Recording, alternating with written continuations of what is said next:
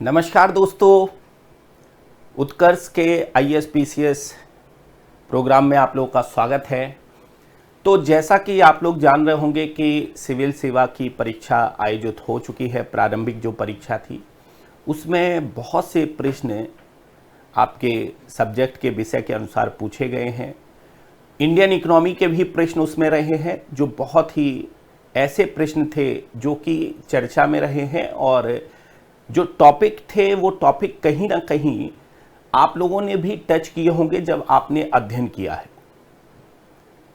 ऐसे प्रश्नों को यहाँ पर सिविल सेवा में भारतीय अर्थव्यवस्था से संबंधित प्रश्नों को उठाया गया है, जो कि वास्तव में क्या है कि किसी न किसी विवाद के कारण से चर्चा में रहे हैं या कोई चेंजेस हुआ है उसके कारण से चर्चा में रहे।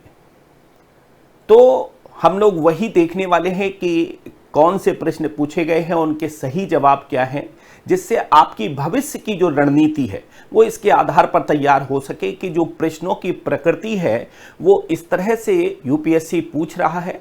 और अगर आप उस प्रकृति को समझ गए तो फिर निश्चित तौर पर क्या है कि आपको फिर बड़ी आसानी हो जाएगी प्रारंभिक परीक्षा के प्रश्नों को आगामी जो आने वाली होगी उसको सॉल्व करने की, और आपका एक पूरा का पूरा एक सिस्टमेटिक रूप से परफॉर्मा भी तैयार हो जाएगा कि भाई देखिए यूपीएससी ने इससे संबंधित चीज़ों को पूछा हुआ है। तो कहीं ना कहीं यूपीएससी जब भी प्रश्न पूछता है तो उससे मिले जुले बिंदुओं को भी बड़े तरीके से ध्यान में रखता है, और इसीलिए वो आसपास की इर्द गिर्द से चीज़ें जो अटैच होती हैं उनको जरूर पूछ लेता है। तो इसको ध्यान में रखकर इन प्रश्नों का एनालिसिस किया गया है, और भविष्य में इसको ध्यान में रखकर आपको अपनी तैयारी करनी है। तो स्टार्ट करते हैं। हमारा पहला प्रश्न जो सिविल सेवा परीक्षा में भारतीय अर्थव्यवस्था में पूछा गया, हमने ये चारों सेट दे रखे हैं कि सेट ए में इसका क्वेश्चन नंबर 1 है, सेट बी में इसका 31 है, सेट सी में इसका 91 है, और डी में इसका 51 क्वेश्चन नंबर है। ये हर प्रश्न में आपको मिलेगा, जिससे आपको आसानी हो सके कि इसका सही जवाब क्या है। तो देखते हैं, निम्नलिखित कथनों पर विचार कीजिए। कुछ कथन दिए गए हैं, उस पर आपको विचार करना है कि केंद्र सरकार द्वारा भारतीय रिजर्व बैंक के गवर्नर की नियुक्ति की जाती है, अर्थात आरबीआई के जो गवर्नर की नियुक्ति है वो केंद्र सरकार के द्वारा की जाती है, ये इसमें पूछा गया है। दूसरा, भारतीय संविधान के कतिपय प्रावधान केंद्र सरकार को जनहित में आरबीआई को निर्देश देने का अधिकार देते हैं, अर्थात केंद्र सरकार को जनहित में आरबीआई को निर्देश देने का अधिकार देते हैं, यह पूछा गया है। तीसरा है, आरबीआई का गवर्नर अपना अधिकार पावर आरबीआई अधिनियम से प्राप्त करता है। आरबीआई का जो गवर्नर है वो पावर कहां से प्राप्त करता है? अपना अधिकार आरबीआई अधिनियम से प्राप्त करता है। तो आपको बता दें कि अभी तक जो आरबीआई के गवर्नर की नियुक्ति है वो वित्त मंत्री की सलाह पर प्रधानमंत्री द्वारा की जाती है। तो याद रखना है क्या कि केंद्र सरकार इसकी नियुक्ति करती है और वित्त मंत्री के सलाह पर प्रधानमंत्री के द्वारा इसकी नियुक्ति की जाती है। इस बात को आपको यहां पर दिमाग में रखना है, ठीक है। तो ये वाली बात तो बिल्कुल सही हो गई कि केंद्र सरकार द्वारा भारतीय रिजर्व बैंक के गवर्नर की नियुक्ति होती है। रिजर्व बैंक अधिनियम 1934 धारा 8(1)(a) ने आरबीआई के गवर्नर की नियुक्ति को बड़े ही स्पष्ट रूप से दिखाया गया है कि आरबीआई के गवर्नर की नियुक्ति की क्या क्या शर्तें हैं, किस प्रकार से आरबीआई के गवर्नर की नियुक्ति होगी, आरबीआई के गवर्नर बनने की योग्यताएं क्या हैं, वो सारी बातें यहां पर बताई गई हैं। तो रिजर्व बैंक के अधिनियम 1934 की धारा 8(1)(a) ने यहां पर आरबीआई की गवर्नर की नियुक्ति को स्पष्ट किया है। तो इस बात को भी आपको यहां पर याद रखकर चलना है। भारत का कोई भी नागरिक जो 35 वर्ष या उससे अधिक का हो वो आरबीआई का गवर्नर नियुक्त हो सकता है, लेकिन आरबीआई के कार्यालय को संभालने की शक्ति हो और आर्थिक रूप से उसे थोड़ा सा ज्ञान होना चाहिए, उस तरह की शर्तें भी इसमें समाहित की गई हैं, ठीक है। तो भारतीय संविधान के कतिपय प्रावधान केंद्र सरकार को जनहित में आरबीआई को निर्देश देने का अधिकार देते हैं। तो भारतीय संविधान का कोई भी प्रावधान यहां पर इस तरह की बातें नहीं करता है। इसको आपको यहां याद रखकर चलना है, ठीक है। केंद्र सरकार को जनहित में आरबीआई को निर्देश देने का अधिकार है, ये तो है। और आपने देखा भी होगा कि एक विवाद का बिंदु आया था आरबीआई की धारा 7 के अंतर्गत, तो वो बात तो यहां पर ठीक है। इतना चीजें तो इसमें क्या दिया गया है कि बिल्कुल यहां पर ठीक दी गई है कि जनहित में आरबीआई को निर्देश देने का अधिकार दे सकता है केंद्र सरकार। लेकिन भारतीय संविधान में यह प्रावधान है, इस तरह की बातें इसमें मेंशन नहीं है, ठीक है। तो यह बात बिल्कुल यहां पर गलत हो गई। आरबीआई का गवर्नर अपना अधिकार पावर आरबीआई अधिनियम से प्राप्त करता है। तो आपको बता दें कि आरबीआई का जो गवर्नर है वो आरबीआई अधिनियम से ही अपने अधिकार को प्राप्त करता है। ये बात भी यहां पर बिल्कुल सही कही गई। तो आंसर क्या होगा इसका याद रखेंगे, पहला और तीसरा इसका सही जवाब होगा, अर्थात सी इसका सही जवाब के रूप में निकल कर आएगा, ठीक है। दूसरा हमारा जो प्रश्न है वो है भारत में नियोजित अनियत मजदूरों के संदर्भ में निम्नलिखित कथनों पर विचार करना है। अनियत मजदूरों के संदर्भ में निम्नलिखित कथनों पर विचार करना है। सभी अनियत मजदूर कर्मचारी भविष्य निधि सुरक्षा के हकदार हैं। कर्मचारी भविष्य निधि सुरक्षा के अधिकार हैं, ठीक है, हकदार हैं। दूसरा है सभी अनियत मजदूर नियमित कार्य समय एवं सर्वोपरि भुगतान के हकदार हैं, ठीक है। तीसरा, सरकार अधिसूचना के द्वारा यह निर्दिष्ट कर सकती है कि कोई भी प्रतिष्ठान या उद्योग केवल अपने बैंक खाते के माध्यम से मजदूरी का भुगतान करेगा। उपयुक्त कथनों में से कौन सा कथन सही है? ए ऑप्शन इसमें दिया है 1 और 2, बी ऑप्शन दिया है 2 और 3, सी ऑप्शन दिया है 1 और 3 और डी ऑप्शन दिया है 1, 2 और 3। तो आपको बता दें क्या कि अस्थायी कर्मचारी या अनियत कर्मचारी एक रोजगार प्राप्त ऐसा व्यक्ति होता है जो अनुबंध पर कार्य करने वाला कर्मचारी कहलाता है।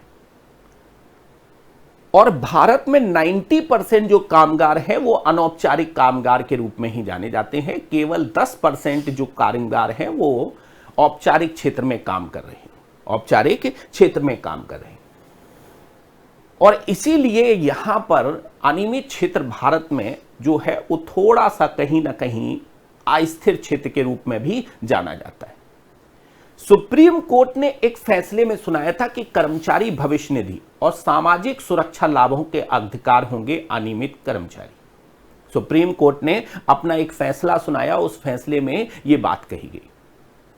और इसीलिए ईपीएफ अधिनियम की धारा 2F, ठीक है, कौन सी धारा? ईपीएफ अधिनियम की धारा, अधिनियम की धारा 2F, इसमें यह साफ लिखा है कि वास्तव में कर्मचारी भविष्य निधि का लाभ प्राप्त करने का अधिकार होगा। कर्मचारी जो भविष्य निधि का लाभ प्राप्त करने का अधिकार होगा। और भारत में कर्मचारी न्यूनतम वेतन नियम है 1950, उसके अनुसार नियमित काम करने के घंटे और ओवर टाइम भुगतान प्राप्त करने का भी अधिकार होगा। ओवर टाइम प्राप्त करने का भी अधिकार होगा। यह बात मेंशन है कर्मचारी न्यूनतम वेतन नियम 1950 में। कहां पर? कर्मचारी न्यूनतम वेतन नियम 1950 में यह बात मेंशन की गई है कि कर्मचारियों को न्यूनतम जो काम के घंटे हैं वो भी यहां पर नियमित काम के घंटे और ओवर टाइम के भुगतान करने का अधिकार होगा। इस तरह की बात इसमें लिखी हुई है। वेतन भुगतान संशोधन अधिनियम है जिसे 2017 में पारित किया गया था और उसमें यह जो बात थी मेंशन की गई थी क्या कि सरकार अधिसूचना के द्वारा यह निर्दिष्ट कर सकती है, निर्दिष्ट कर सकती है कि कोई भी प्रतिष्ठान या उद्योग केवल अपने बैंक खातों के माध्यम से मजदूरी का भुगतान यहां पर करेगा, यह निर्दिष्ट किया जा सकता है। और ये वेतन भुगतान संशोधन अधिनियम 2017 में मेंशन किया गया था। वेतन भुगतान अधिनियम, ठीक है, वेतन भुगतान संशोधन अधिनियम 2017,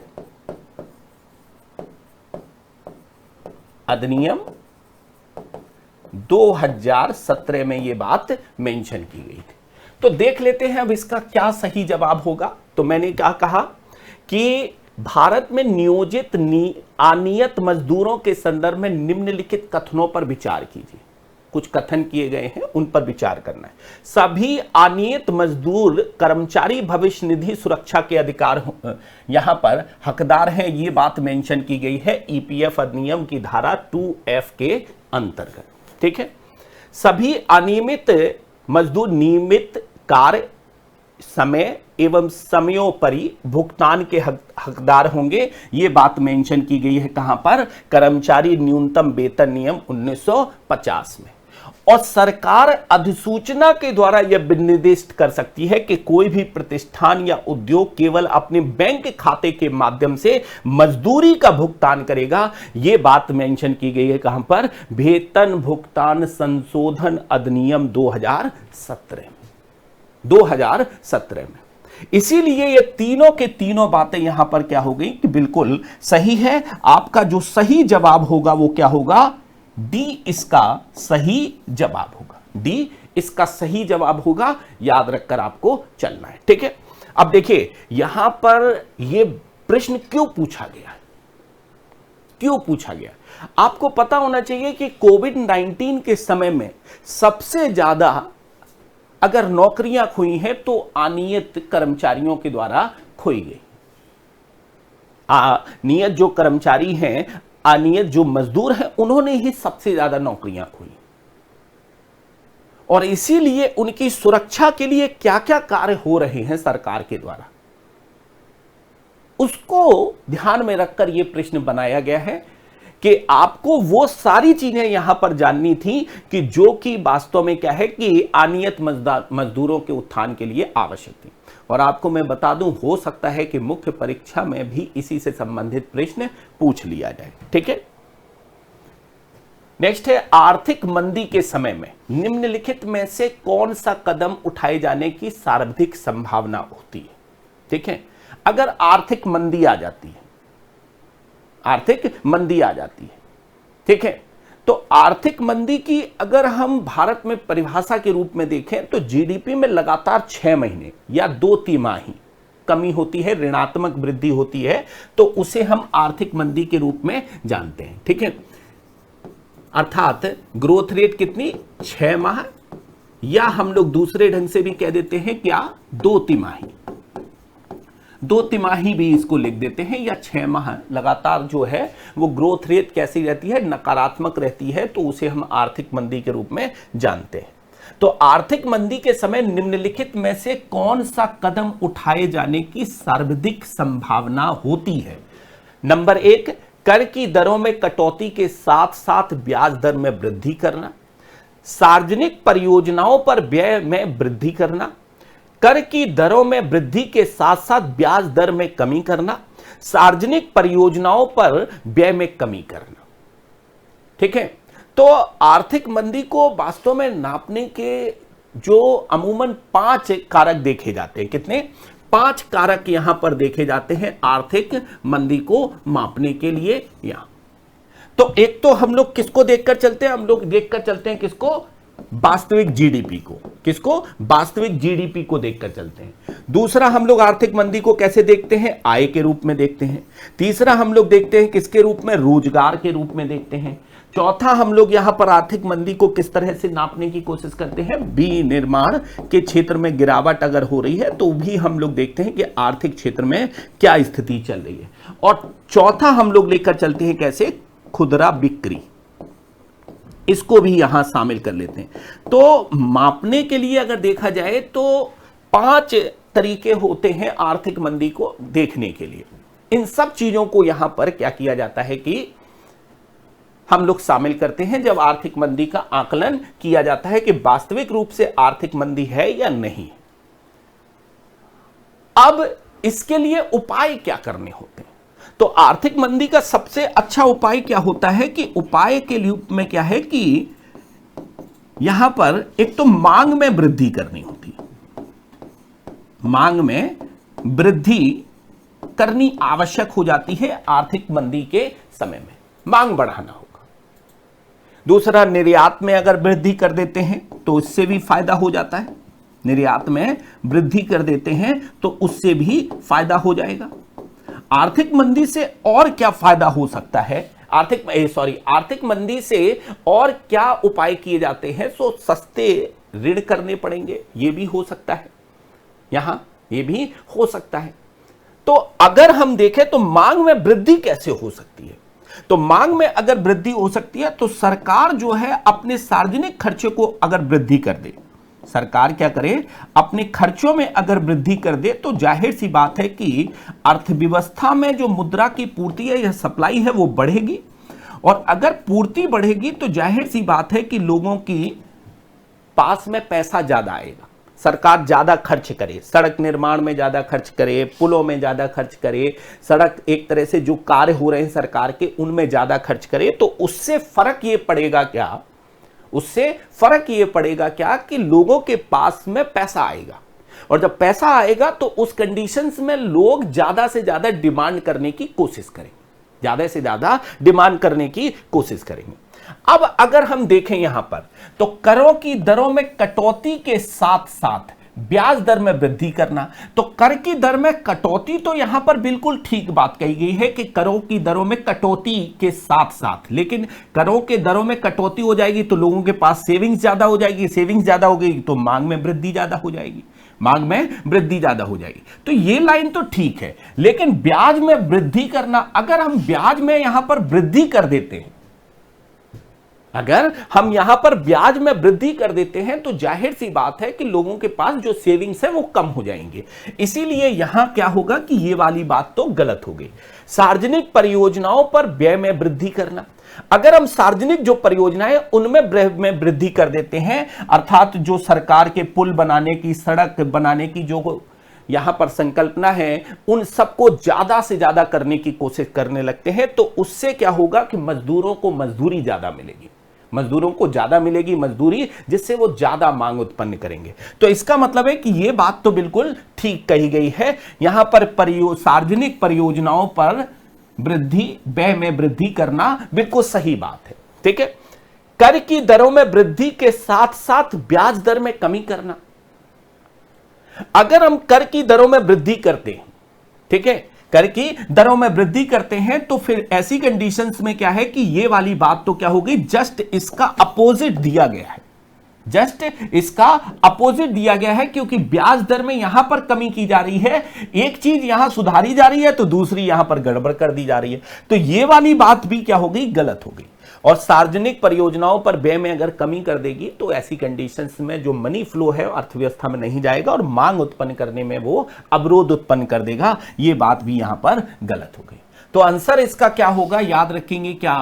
आंसर यहां पर क्या होगा, तो आपको याद रखना है इसका बी इसका सही जवाब होगा, बी इसका सही जवाब होगा। ये आपको यहां पर याद रखकर चलना है, ठीक है।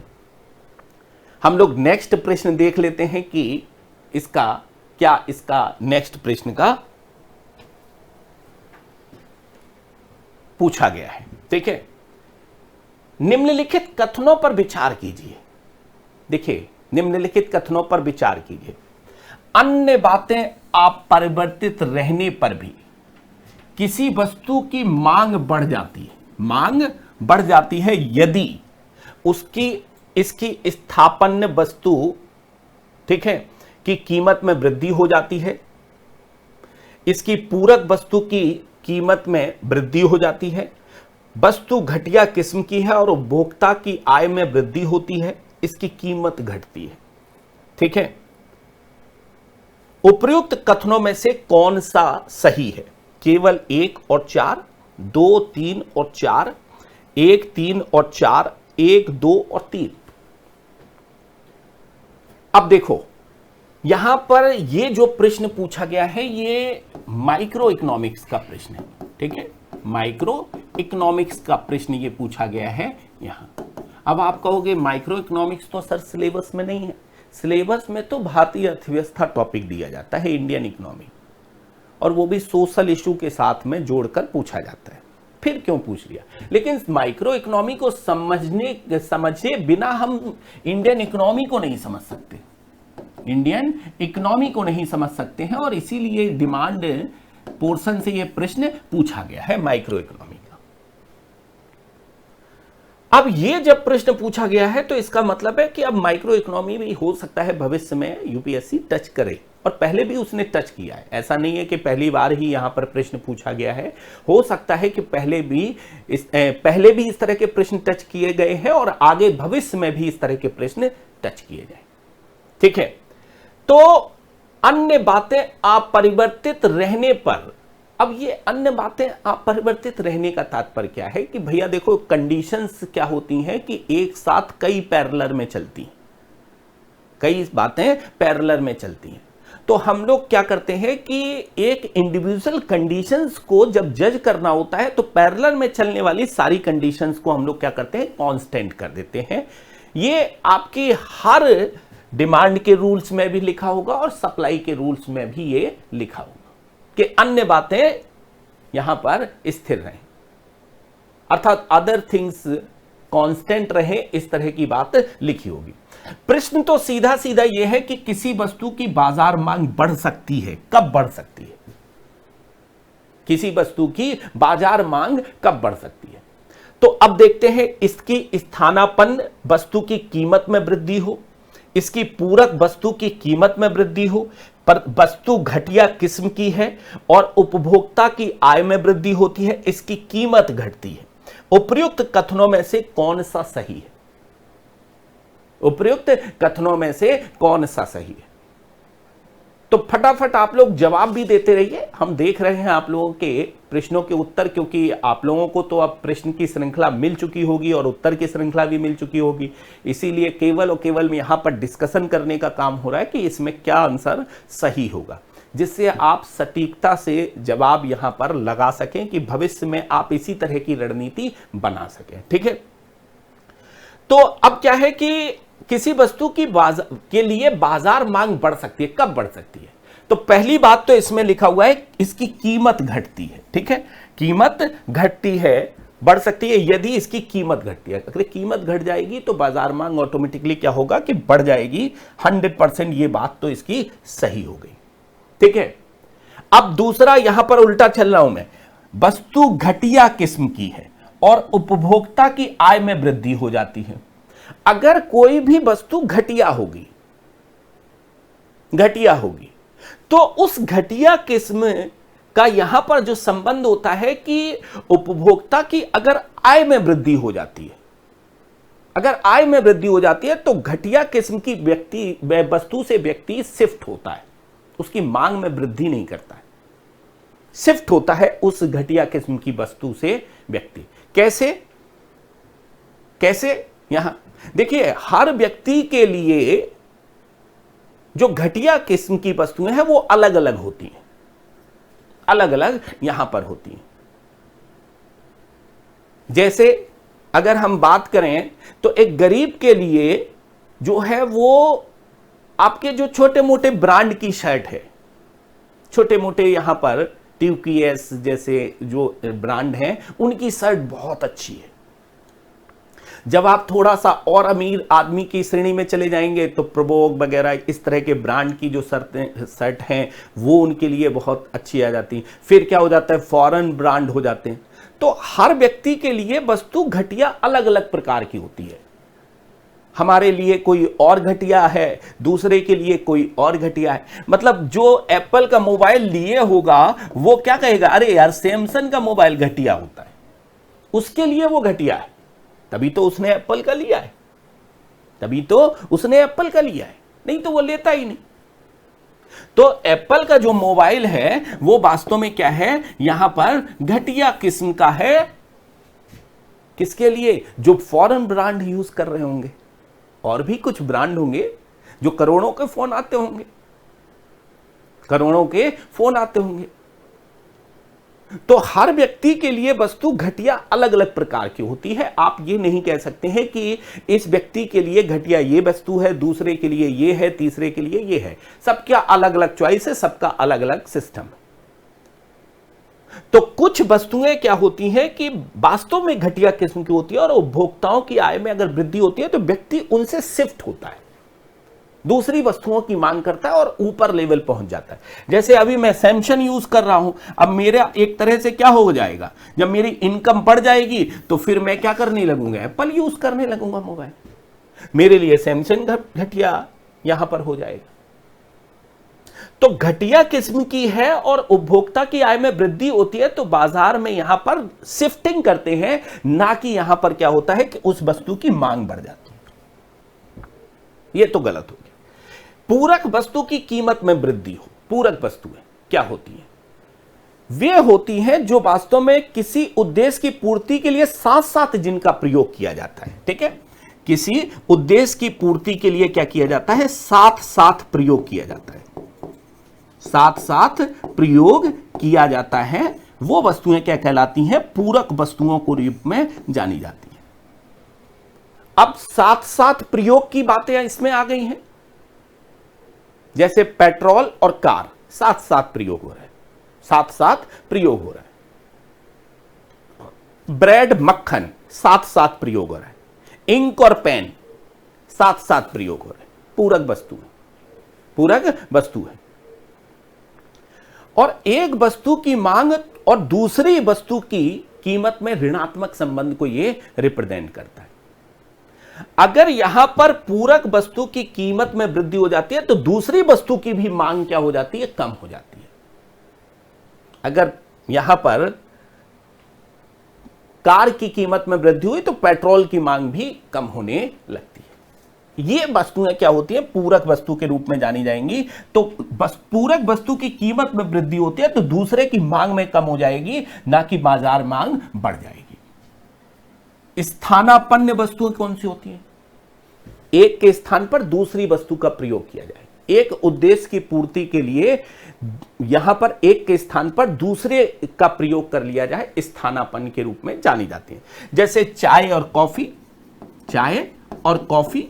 तो ये वस्तुएं अगर देखी जाए तो अगर चाय की कीमत बढ़ जाती है या चाय की यहां पर कीमत में वृद्धि हो जाती है तो लोग एक तरह से किसकी डिमांड करना शुरू कर देते हैं, कॉफी की डिमांड करना शुरू कर देते हैं, कॉफी की डिमांड करना शुरू कर देते हैं। इसका मतलब है कि यह बात बिल्कुल सही हो गई। तो पहला और चौथा यहां पर सही है। ऑप्शन का आंसर क्या होगा इसमें, ए इसका सही जवाब होगा, ए इसका सही जवाब होगा।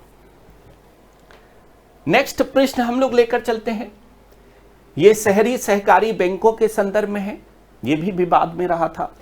सहकारी बैंकें महाराष्ट्र में आपने विवाद में देखा और इनका पूरा का पूरा जो अधिग्रहण करने की कोशिश करने लगे थे आरबीआई सिस्टम के द्वारा, तो वो विवाद में बहुत ज्यादा आ गया था। यहां इसी से संबंधित प्रश्न है। तो भारत में सहकारी बैंकों के संदर्भ में निम्नलिखित कथनों पर विचार कीजिए। ठीक है, राज्य सरकारों द्वारा स्थापित स्थानीय मंडल द्वारा इनका पर्यवेक्षण एवं विनियमन किया जाता है। किसके द्वारा, राज्य सरकार द्वारा स्थापित स्थानीय मंडल द्वारा इनका पर्यवेक्षण एवं विनियमन किया जाता है। ये इक्विटी शेयर और अधिमान शेयर जारी कर सकते हैं, इक्विटी शेयर जारी कर सकते हैं और अधिमान शेयर जारी कर सकते हैं। इन्हें वर्ष 1966 में एक संशोधन के द्वारा बैंक कार्य विनियमन अधिनियम 1949 के कार्यक्षेत्र में लाया गया था। 1949 के कार्यक्षेत्र में लाया गया था। तो आपको बता दें कि बैंकिंग विनियमन अधिनियम 1949 में संशोधन लाकर सहकारी बैंकों के विनियमन का कार्य आरबीआई के अंदर लाने की मंजूरी दी गई है। तो किसके अंतर्गत लाने की मंजूरी दी गई है, आरबीआई के अंतर्गत लाने की मंजूरी दी गई है। यहां पर याद रखना है विनियमन का कार्य कौन करेगा, अब आरबीआई के द्वारा किया जाएगा। अर्थात ये सीधा सीधा किसके द्वारा विनियमित होते हैं, आरबीआई के द्वारा विनियमित होते हैं, राज्य सरकारों द्वारा स्थापित स्थानीय मंडल द्वारा नहीं होते। ठीक है, वहीं पर ये जो संशोधन के अलावा इसमें बहुत सी चीजों को और शामिल किया। ठीक है, यह भी कहा गया कि आरबीआई के अनुमोदन के साथ सार्वजनिक निर्गमन या निजी प्लेसमेंट के माध्यम से अपने सदस्यों या संचालक क्षेत्र में रहने वाले किसी भी अन्य व्यक्ति को इक्विटी शेयर, वरीयता शेयर, विशेष शेयर जारी किए जा सकते हैं। तो यह बात इसमें क्या कही गई है, बिल्कुल सही कही है कि इक्विटी शेयर और अधिमान शेयर जारी किए जा सकते हैं। ये अपने सदस्यों और संचालन के क्षेत्र में रहने वाले किसी अन्य व्यक्ति को इक्विटी शेयर जारी कर सकते हैं, वरीयता शेयर और विशेष शेयर जारी कर सकता है। यह बात इसमें सही कही गई। ठीक है, इन्हें वर्ष 1966 में एक संशोधन के द्वारा बैंक कार्य विनियमन अधिनियम 1949 के कार्यक्षेत्र में लाया गया था। यह बात भी इसमें सही कही गई। तो इसका सही आंसर यहां पर याद रखेंगे क्या होगा, बी इसका सही जवाब होगा। बी इसका सही जवाब होगा। भारत में शहरी सहकारी बैंकों के संदर्भ में निम्नलिखित कथनों पर विचार करना है। तो शहरी सहकारी बैंक विवाद में आए थे और इसी कारण से इससे संबंधित प्रश्न पूछा गया। ठीक है, नेक्स्ट है भारतीय सरकारी बॉन्ड प्रतिफल। ये यील्ड के बारे में यहां पर मेंशन किया गया है। ठीक है, निम्नलिखित में से किससे या किनसे प्रभावित होता है या होते हैं, यूनाइटेड स्टेट्स फेडरल रिजर्व की कार्यवाही से, भारतीय रिजर्व बैंक की कार्यवाही से, मुद्रास्फीति एवं अल्पावधि ब्याज दर से। तो आपको बता दें यहां पर कि आपको याद होगा कि ये चर्चा में रहे थे, और चर्चा में रहे थे तो चर्चा में रहने का जो मेन कारण था उसमें क्या कारण था कि आरबीआई के सरकारी प्रतिभूति अधिग्रहण कार्यक्रम के तहत सरकारी प्रतिभूति की खरीद को बढ़ाने के फैसले के तहत 6% यील्ड जो है वो नीचे आ गया था, इसीलिए चर्चा में रहे थे। और इसीलिए यहां पर चर्चा में रहे थे। तो वास्तव में ये किससे प्रभावित होते हैं, किससे प्रभावित होते हैं? अगर ये वास्तव में अगर देखा जाए, सरकारी बॉन्ड, डॉलर आधारित संप्रभु बॉन्ड वैश्विक ब्याज दरों के प्रति अधिक संवेदनशील होते हैं। अर्थात यूनाइटेड स्टेट्स फेडरल रिजर्व अर्थात यूएस की जो फेडरल रिजर्व है उसकी कार्यवाही से प्रभावित होते हैं। यस, बिल्कुल सही बात है, उसकी कार्यवाही से प्रभावित होते हैं। भारतीय रिजर्व बैंक की कार्यवाही से तो प्रभावित होंगे ही होंगे 100%। मुद्रास्फीति एवं अल्पावधि ब्याज दर से भी ये प्रभावित होंगे। प्रभावित होना पूछा तो प्रभावित तो तीनों से ही यहां होंगे, अर्थात आंसर क्या होगा इसका, डी इसका सही जवाब होगा। याद रखकर आपको चलना है। ठीक है, नेक्स्ट प्रश्न आ गया यहां पर, निम्नलिखित पर भी विचार कीजिए। निम्नलिखित पर विचार कीजिए, और निम्नलिखित पर आपको विचार करना है। तो नंबर 1 विदेशी मुद्रा संपरिवर्तनीय बॉन्ड, दूसरा कुछ शर्तों के साथ विदेशी संस्थागत निवेश, वैश्विक निक्षेपागार डिपॉजिटरी प्राप्तियां और अनिवासी विदेशी जमाएं। ठीक है, उपयुक्त में से किसे या किन्हें विदेशी प्रत्यक्ष निवेश में सम्मिलित किया जा सकता है या किए जा सकते हैं, सम्मिलित किया जा सकता है या किए जा सकते हैं। ठीक है, अब अगर हम बात करें यहां पर, तो पूछा गया है क्या, एफडीआई के संदर्भ में, एफडीआई के संदर्भ में। ठीक है, अब एफडीआई की अगर आप साधारण सी परिभाषा अगर देख लो, एफडीआई की अगर साधारण सी परिभाषा आप देख लो, तो उसमें लिखा हुआ है क्या कि 10% से अधिक अगर शेयर मार्केट के माध्यम से, शेयर बाजार के माध्यम से निवेश किया जाता है तो वो भी एफडीआई के रूप में जाना जाएगा। ठीक है, वो भी एफडीआई के रूप में जाना जाएगा। अब कुछ शर्तों के साथ विदेशी संस्थागत निवेश, अर्थात यहां पर जो शेयर मार्केट के थ्रू यहां पर निवेश होता है उसमें साफ लिखा हुआ है कुछ शर्तें, अर्थात क्या है कि अगर 10% से अधिक शेयर बाजार के अंतर्गत निवेश किया जाता है तो एफडीआई कहलाएगा। और प्रश्न में भी यहां पर जो प्रश्न पूछा गया है उसमें भी साफ लिखा हुआ है कि कुछ शर्तों के साथ विदेशी संस्थागत निवेश। तो शर्त यही है कि अगर 10% से अधिक शेयर बाजार से निवेश आता है तो वो एफडीआई कहलाएगा। तो ये बात तो बिल्कुल क्या हो गई कि यहां पर सही हो गई, ये बात तो इसमें सही हो गई।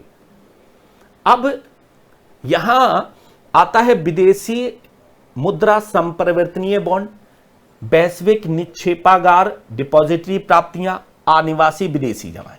तो अनिवासी विदेशी जमाएं हैं तो जमाओं को तो हम यहां पर शामिल नहीं करते हैं यहां एफडीआई में, ये तो जमाएं हैं, इंटरेस्ट मिलेगा इस पर, तो इनको तो शामिल नहीं किया जाता है। इसका मतलब है कि ये वाली बात तो क्या हो गई, गलत हो गई, ये वाली बात तो इसमें गलत हो गई। ठीक है, अब आता है क्या यहां कि विदेशी मुद्रा संपरिवर्तनीय बॉन्ड। तो फॉरेन करेंसी कन्वर्टिबल बॉन्ड जो है वो वास्तव में अगर देखा जाए तो ऑर्डिनरी शेयर्स अर्थात through depository receipt mechanism system 1993 के तहत जारी किए जा सकते हैं और एफडीआई के रूप में ये काउंट होते हैं, एफडीआई के रूप में यहां पर काउंट होते हैं। ये बात भी इसमें बिल्कुल सही कही गई। और वैश्विक निक्षेपागार डिपॉजिटरी प्राप्तियां भी क्या है, हमने कहा कि एफडीआई के रूप में ये काउंट होते हैं, ये बात भी इसमें सही कही गई है। अर्थात आंसर क्या होगा इसका 1, 2, 3 बिल्कुल सही जवाब होगा, बिल्कुल सही जवाब होगा। ठीक है, अब देखो यहां पर अब समस्या ये थी कि भाई इसमें अगर देखा जाए तो केवल और केवल 2 का आंसर बनना चाहिए था बिल्कुल सटीक रूप से, लेकिन इतने ज्यादा डीपली रूप से ये प्रश्न पूछा गया है कि इस प्रश्न में बहुत से लोगों ने विवाद भी उत्पन्न कर दिया कि भाई ये कैसे होगा, क्या होगा। तो मैं आपको बता दूं यहां पर कि डिपॉजिटरी मैकेनिज्म, जो डिपॉजिटरी रिसीप्ट मैकेनिज्म स्कीम है 1993, उसके तहत तो विदेशी मुद्रा संपरिवर्तनीय बॉन्ड को एफडीआई के रूप में काउंट करने की बात है।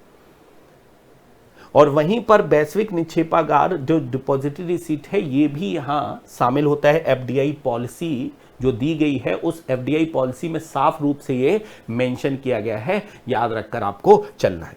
तो 1 और 3 इसका बिल्कुल सही, 1, 2 और 3 इसका सही जवाब होगा। अनिवासी विदेशी जमाएं इसमें शामिल नहीं है, अर्थात चौथा इसमें ऑप्शन नहीं होगा। ऑप्शन क्या होगा, ए इसका सही जवाब होगा। तो अब देख लेते हैं यहां पर क्या, निम्नलिखित कथनों पर विचार कीजिए। कुछ कथन दिए गए, ठीक है। किसी मुद्रा के अवमूल्यन का प्रभाव यह है कि वह अनिवार्य रूप से, अगर अवमूल्यन किया जाता है, अवमूल्यन में क्या होता है, देखिए अवमूल्यन यहां पर समझना होगा आपको कि क्या होता है अवमूल्यन। अवमूल्यन में किसी देश की मुद्रा की जो वैल्यू है अंतरराष्ट्रीय मुद्रा के सामने गिराई जाती है। मतलब डॉलर के सामने हम क्या कर दें, रुपए की वैल्यू को क्या कर दें, गिरा दें, तो वही कंडीशन कहलाती है अवमूल्यन कहलाती है, अवमूल्यन कहलाती है। ये अवमूल्यन करने का मेन जो उद्देश्य होता है वो निर्यात को बढ़ावा देने के लिए किया जाता है। किसको, निर्यात को बढ़ावा देने के लिए किया जाता है अवमूल्यन। लेकिन ये याद रखना क्या कि अवमूल्यन तभी तक सक्सेस है जब सामने वाला देश ना कर रहा हो। भारत में 3 बार की कंडीशन ये कही जाती है अवमूल्यन किया जाता है। तीसरी बार की जो कंडीशन है उसे मूल्यह्रास कुछ अर्थशास्त्री कहते हैं, लेकिन अगर आप किताबों में देखोगे तो 3 बार अवमूल्यन की बात यहां पर लिखी हुई है। उसमें थोड़ा सा तीसरी बार का जो पहलू है उस पर थोड़ा सा विवाद भी निकल कर आता है, ठीक है। तो अब क्या है कि अवमूल्यन, मैंने कहा कि अंतरराष्ट्रीय मुद्रा के सामने देश की मुद्रा की जो वैल्यू है वो गिरा दी जाती है, मूल्य गिरा दिया जाता है, जिससे निर्यात को बढ़ावा मिलता है, निर्यात को बढ़ावा मिलता है, ठीक है। तो अब इसमें क्वेश्चन आपका पूछा गया क्या, विदेशी बाजारों में घरेलू निर्यातों को प्रतिस्पर्धात्मक को बढ़ाता है। यह बात बिल्कुल सही है, यह बात बिल्कुल सही है कि यह निर्यात को बढ़ावा देने के लिए है और इससे कंपटीशन बढ़ता है इस क्षेत्र में, ठीक है। घरेलू मुद्रा के विदेशी मूल्य को बढ़ाता है, ठीक है। घरेलू मुद्रा का विदेशी मूल्य बढ़ता नहीं है बल्कि क्या होता है, कम होगा, ठीक है, कम होता है। ये तो बात इसमें गलत लिखी है, बल्कि कम होता है यहां पर। और व्यापार संतुलन में सुधार लाता है। अब ये बात कंडीशन आपको याद रखना है क्या, कि व्यापार संतुलन में सुधार लाने के लिए हो सकता है कि कुछ हद तक ये काम कर जाए, लेकिन अवमूल्यन का निगेटिव इफेक्ट भी देखने को मिलने लगता है कभी कभी। विदेशी मूल्य वर्ग के ऋणों के कर्ज का बोझ भी बढ़ाने का कार्य कर देता है। तो इससे आप यह नहीं कह सकते हो कि व्यापार संतुलन संतुलन में ही आ जाएगा या सुधार में आ जाएगा। ये आप लंबे समय तक व्यापार संतुलन को सुधारने की बात इसके माध्यम से नहीं कर सकते हो। इसीलिए क्या होगा कि ये वाली बात भी इसमें गलत है। लंबे समय तक आप सुधार की बात नहीं कर सकते हो। यह जरूरी नहीं कि इसका इफेक्ट आपको दिख जाए यहां पर। हां, पहली बात बिल्कुल ठीक कही है, यहां पर व्यापार संतुलन में सुधार लाता है। अब दूसरे देश ने भी अवमूल्यन कर दिया तो फिर क्या होगा, कोई फर्क नहीं पड़ा। ठीक है, हमने कहा कि विदेशी जो ऋणों के कर्ज के बोझ को भी बढ़ाने का काम कर देता है। तो यह बात इनमें गलत कही गई है और यह बात इसमें सही है। आंसर क्या होगा, केवल और केवल इसका एक सही जवाब होगा, एक इसका सही जवाब होगा। ठीक है, नेक्स्ट है, भारत में काले धन के सृजन के निम्नलिखित प्रभावों में से कौन सा भारत सरकार की चिंता का प्रमुख कारण है? कौन सी भारत सरकार की चिंता का मुख्य कारण है? स्थावर संपदा के क्रय और विलासिता युक्त आवास में निवेश के लिए संसाधनों का अपयोजन, अनुत्पादक गतिविधियों में निवेश और जवाहरात, गहने, सोना इत्यादि का क्रय, राजनीतिक दलों को बड़े चंदे एवं क्षेत्रवाद का विकास, ठीक है, कर अपवंचन के कारण राजकोष में राजस्व की हानि। अब देखो, अगर देखा जाए तो काले धन के सृजन में निम्नलिखित प्रभावों में से कौन सा भारत सरकार की चिंता का प्रमुख कारण पूछा गया है। इसका मतलब है क्या कि ये सारे कारण हैं? इनमें से आपको क्या है कि अगर देखा जाए तो इसमें क्या है, सारे कारण हैं। और जब सारे कारण हैं तो फिर आपको यहां पर क्या करना है, इनका सही जवाब देखना है कि भाई क्या इसका सही जवाब हो सकता है। भाई देखिए, अब अगर देखा जाए तो अगर स्थावर संपदा के क्रय भी किया जाता है, विलासिता युक्त आवास में निवेश के लिए भी संसाधनों का अपयोजन किया जाता है, ये बात भी ठीक है, अनुत्पादक गतिविधियों में निवेश भी किया जाता है, जवाहरात, गहने, सोना इत्यादि भी क्रय किया जाता है, ये भी तो चिंता का बात है। राजनीतिक दलों को बड़े चंदे और क्षेत्रवाद का भी विकास इससे होने लगता है, ये बात भी बिल्कुल ठीक है, सारी चीजें ठीक है। लेकिन अब आपका क्या पूछा गया है, प्रमुख कारण क्या है? तो प्रमुख कारण यहां पर चिंता का कारण क्या है कि कर अपवंचन, अर्थात लोग कर से बचने के लिए इस तरह का कार्य करते हैं, कर नहीं प्राप्त होता है, और जब सरकार को कर नहीं प्राप्त होगा तो उससे राजस्व की हानि सरकार को होगी। उससे क्या होगी, राजस्व की हानि सरकार को होगी। यह एक सबसे बड़ी समस्या है, सरकार के लिए चिंता का एक बहुत बड़ा कारण। तो सीधा सीधा यह प्रश्न यहां पर पूछा गया है। इसमें तो अगर आप थोड़ा सा भी थ्योरेटिकल चीजों को पढ़े होंगे तो बड़े आराम से इस प्रश्न को आप सॉल्व कर लेंगे। इन सारी की सारी में आपको एक बेस्ट ऑप्शन चुनना था, जिसमें आपका बेस्ट ऑप्शन क्या होगा, डी इसका सही जवाब होगा। हमारा नया प्रश्न आ चुका है, निम्नलिखित में से कौन सा अपने प्रभाव में सार्वधिक मुद्रा स्फीति कारक हो सकता है? ठीक है, सार्वजनिक ऋण की कटौती, बजट घाटे के वित्तीयन के लिए जनता से उधार लेना, बजट घाटे के वित्तीयन के लिए बैंकों से उधार लेना, बजट घाटे के वित्तीयन के लिए नई मुद्रा का सृजन करना, नई मुद्रा का सृजन करना। ठीक है, अब यहां पर क्या है कि इसमें पूछा गया है क्या कि कौन मुद्रास्फीति को उत्पन्न करने वाला कारक हो सकता है। सर्वाधिक मुद्रास्फीति कारक हो सकता है, मतलब सभी हो सकते हैं, लेकिन सबसे अधिक कौन सा हो सकता है, सबसे अधिक कौन सा यहां पर हो सकता है। लेकिन यहां पर अब प्रश्न देखते हैं तो सबसे अधिक यहां पर अगर देखा जाए तो सार्वजनिक ऋण की कटौती अगर की जाती है तो यह मुद्रास्फीति का कारक नहीं बनेगा। यह बात तो इसमें गलत हो गई, ठीक है, यह कारक नहीं बनेगा। बजट घाटे के वित्तीयन के लिए जनता से उधार लेना, यह भी इसमें सही नहीं है। बजट घाटे के वित्तीयन के लिए बैंकों से उधार लेना नहीं, बल्कि बजट घाटे के वित्तीयन के लिए नई मुद्रा अगर सृजन की जाती है, नई मुद्रा अगर सृजन की जाती है तो मुद्रास्फीति कारक इसमें हो सकता है। क्योंकि मुद्रास्फीति में होता क्या है, मुद्रास्फीति में होता क्या है, तो अब आप कहोगे कि मुद्रास्फीति में क्या होता है कि कभी कभी मुद्रा की पूर्ति भी मुद्रास्फीति को उत्पन्न कर देती है। ज्यादा अर्थव्यवस्था में अगर मनी सप्लाई हो गई, मेरे पास अगर ज्यादा आ गया पैसा, तो फिर मैं ज्यादा से ज्यादा डिमांड उत्पन्न करना शुरू कर दूंगा ना, ज्यादा से ज्यादा डिमांड उत्पन्न करना शुरू कर दूंगा। और जब यहां पर ज्यादा ठीक है डिमांड उत्पन्न करूंगा तो उससे मांग जब ज्यादा होगी तो मुद्रास्फीति निकल कर आएगी, महंगाई डेवलप होगी। तो बजट घाटे के वित्तीयन के लिए नई मुद्रा का सृजन करना, इसका आंसर क्या होगा, डी इसका सही जवाब होगा। ठीक है, कॉन्सेप्चुअल क्वेश्चन था, जो अगर आपके कॉन्सेप्ट क्लियर होंगे तो 100% आप उसको सॉल्व कर लोगे, उसमें कोई भी दिमाग लगाने की जरूरत नहीं होगा। निम्नलिखित में से किससे किसी अर्थव्यवस्था में मुद्रा गुणक में वृद्धि होती है, मुद्रा गुणक में वृद्धि होती है।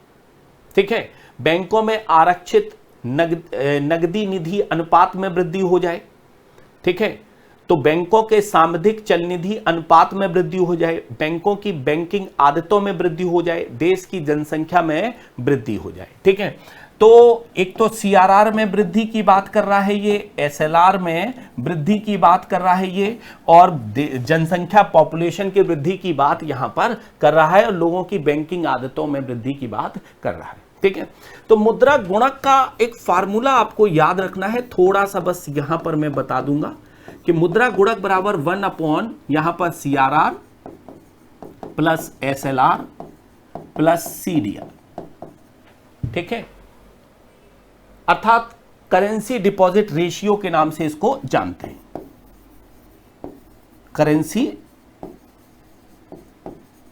डिपॉजिट रेशियो के नाम से इसको जानते हैं। ठीक है, अर्थात करेंसी डिपॉजिट रेशियो जो है वो टोटल करेंसी का अपनी जो उसने कमाया है उसका कितना परसेंट अपने पास रखना चाहता है। अगर ये कम यहां पर होगा करेंसी डिपॉजिटरी रेशियो, तो इसका तात्पर्य यह हो गया कि करेंसी डिपॉजिटरी रेशियो इसका मतलब है कम है, तो सीधा सीधा तात्पर्य है कि लोगों की बैंकिंग क्रियाओं में थोड़ा सा विश्वास बढ़ गया है। मतलब एक तरह से आप समझ लो क्या कि 100 रुपए है, तो 100 रुपए में अगर मैं 10 रुपए अपने पास रखता हूं और 90 रुपए मैंने क्या किया है बैंकों में अगर जमा कर दिया है, तो इसका मतलब सीधा सीधा हो गया कि करेंसी डिपॉजिटरी रेशियो कितना है, 10% है। और यही मैं क्या करता हूं 5% अगर अपने पास रखता हूं, तो इसका तात्पर्य हो गया कि 95 रुपया मैंने क्या किया है बैंकिंग सिस्टम में लगा दिया है। तो जितना कम होगा उतना ही लोगों का विश्वास बढ़ रहा है, उतना ही यहां पर लोगों का क्या हो रहा है, विश्वास बढ़ रहा है।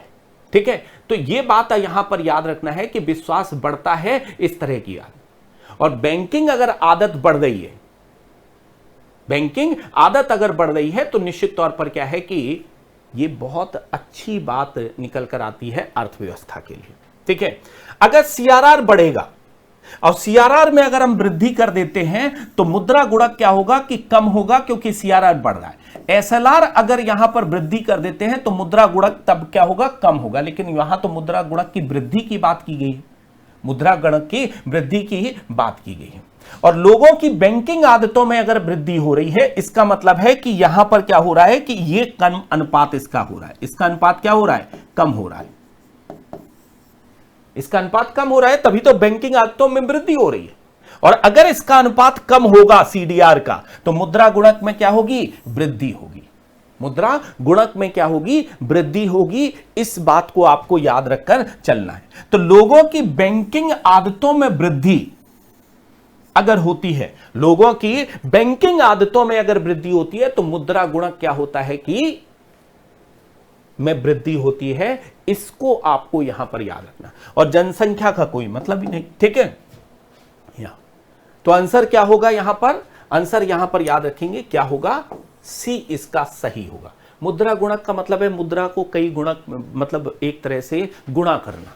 गुणा कब होगी, अर्थात 2 से 4, 4 से 6, 6 से 8, 8 से 10 कब होगी, सीधा सीधा समझ लो। तो लोगों की बैंकिंग आदतों में वृद्धि होगी तो गुणा से बढ़ेगी, ठीक है। तो इसको यहां पर याद रखकर चलना है। तो आंसर क्या होगा, सी इसका सही जवाब होगा।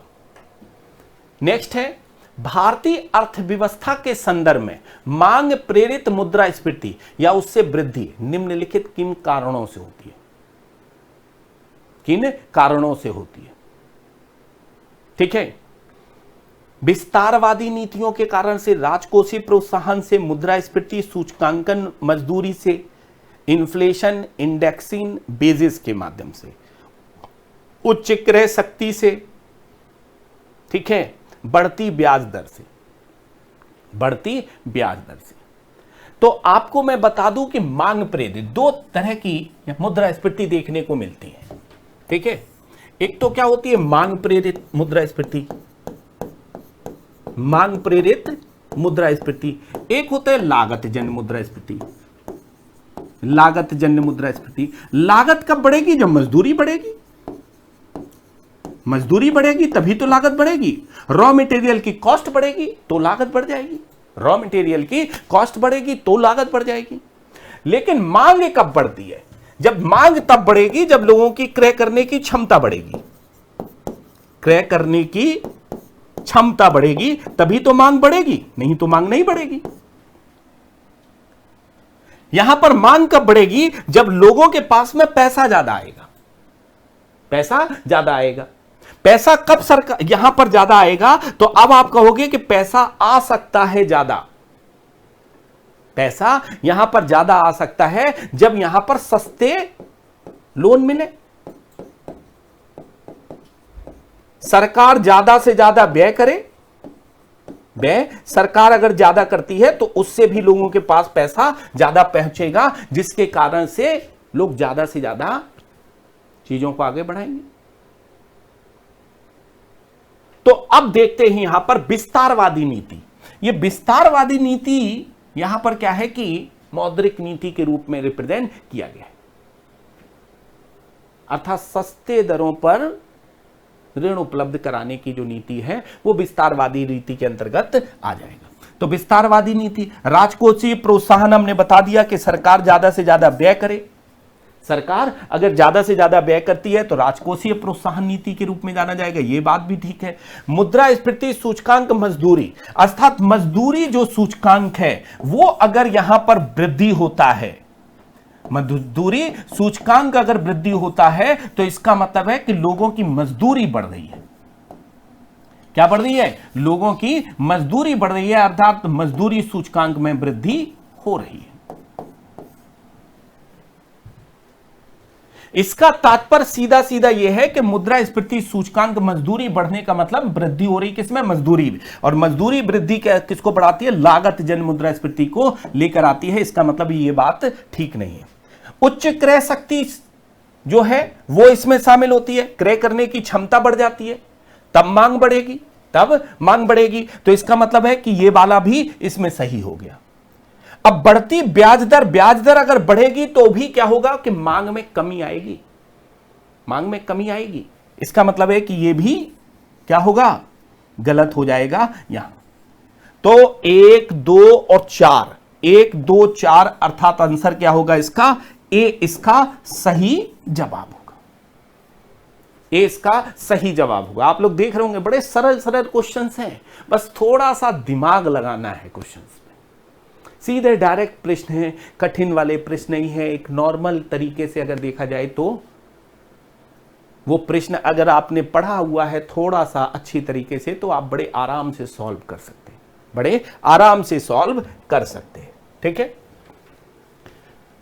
अब एक दो प्रश्न तो 100% कठिन पूछेगा ही नहीं, तो फिर वो यूपीएससी क्या है कि यूपीएससी नहीं कहलाएगा। ठीक है, तो एक दो क्वेश्चन जो प्रश्न हैं वो थोड़े से कठिन हैं, तो वो वास्तव में आपको उसके लिए थोड़ा सा डीपली पढ़ना ही पड़ेगा। निम्नलिखित कथनों पर विचार कीजिए भारत के संदर्भ में। खुदरा निवेशक डीमेट खातों के माध्यम से प्राथमिक बाजार में राजकोष बिल, ट्रेजरी बिल और भारत सरकार के ऋण बॉन्ड में निवेश कर सकते हैं। ऋण बॉन्ड में निवेश कर सकते हैं। ठीक है। बातचीत से तय लेन देन प्रणाली, ऑर्डर मिलान। ठीक है। Negotiated dealing system, order matching, भारतीय रिजर्व बैंक का सरकारी प्रतिभूति व्यापारिक मंच है। सेंट्रल डिपॉजिटरी सर्विसेज लिमिटेड का भारतीय रिजर्व बैंक एवं बंबई स्टॉक एक्सचेंज द्वारा संयुक्त रूप से प्रवर्तन किया जाता है। ठीक है। तो खुदरा निवेशक वास्तव में छोटे निवेशक होते हैं, और ये जो निवेशक होते हैं इनकी एक लिमिट होती है निवेश करने की, 2 लाख रुपए, और ये दोनों ही प्रकार के बाजार में निवेश कर सकते हैं। प्राथमिक बाजार में भी निवेश कर सकते हैं और द्वितीयक बाजार में निवेश कर सकते हैं। प्राथमिक बाजार में भी निवेश कर सकते हैं और द्वितीयक बाजार में निवेश कर सकते हैं। इनको निवेश की परमिशन अभी हाल में ही दी गई। तो ये चर्चा में था, खुदरा निवेशक डीमेट खातों के माध्यम से प्राथमिक बाजार में राजकोषीय बिल और भारत सरकार के ऋण बॉन्ड में निवेश कर सकते हैं। बिल्कुल सही बात है। बातचीत से तय लेन देन प्रणाली, ऑर्डर मिलान, भारतीय रिजर्व बैंक का सरकारी प्रतिभूति व्यापारिक मंच है। ये बात भी यहां पर क्या है कि ठीक है, बिल्कुल सही रूप से कही गई है। ये बात भी यहां पर ठीक है। सेंट्रल डिपॉजिटरी सर्विसेज लिमिटेड का भारतीय रिजर्व बैंक और बंबई स्टॉक एक्सचेंज द्वारा संयुक्त रूप से प्रवर्तन किया जाता है। तो आपको याद रखना है, इसमें भारतीय रिजर्व बैंक की भूमिका नहीं है। याद रखेंगे, भूमिका नहीं है किसमें, भारतीय रिजर्व बैंक की। हाँ, इसके कई एक तरह से ज्वाइंटली सिस्टम है, ज्वाइंटली लीडिंग तरह के बैंक इसमें कार्यरत हैं। जैसे आप कह सकते हो HDFC भी है इसमें, बैंक ऑफ इंडिया भी इसी के अंतर्गत कार्यरत रूप से है, उसी तरह से बैंक ऑफ बड़ौदा भी है, बैंक ऑफ इंडिया भी है। तो कई यहाँ पर जो बैंक है वो ज्वाइंटली रूप से यहाँ पर संयुक्त रूप से प्रवर्तक के रूप में जाने जाते हैं। केवल RBI की इसमें भूमिका नहीं है, उसको आपको याद रखना है। Bombay stock exchange, bank of India, bank of आपका Baroda, HDFC bank, such type के बैंक जो हैं इसके संयुक्त रूप से प्रवर्तक के रूप में जाने जाते हैं। तो ये वाली बात इसमें क्या हो गई, गलत हो गई। तो इसका मतलब है आंसर क्या होगा, बी इसका सही जवाब होगा, अर्थात 1 और 2 इसका सही जवाब। 1 और 2 इसका सही जवाब। नेक्स्ट प्रश्न देख लेते हैं। वाटर क्रेडिट के संदर्भ में निम्नलिखित कथनों पर विचार कीजिए। ठीक है। ये वाटर क्रेडिट जो है वो कहीं ना कहीं क्या है कि अभी बहुत हाईलाइटेड भी रहा था, इसीलिए इसको आपको याद रखकर चलना है और मेंस वगैरह में भी इसको याद रखेंगे। तो वाटर क्रेडिट के संदर्भ में निम्नलिखित कथनों पर विचार कीजिए। यह जल एवं स्वच्छता क्षेत्र में कार्य के लिए सूक्ष्म वित्त साधनों को लागू करता है। यस, याद रखेंगे इसको कि ये वास्तव में अगर देखा जाए तो कार्य करता है किसके रूप में, जल एवं स्वच्छता के क्षेत्र में कार्य के लिए सूक्ष्म वित्त साधनों को लागू करता है, अर्थात माइक्रो फाइनेंस टूल्स को लागू करने का कार्य करता है।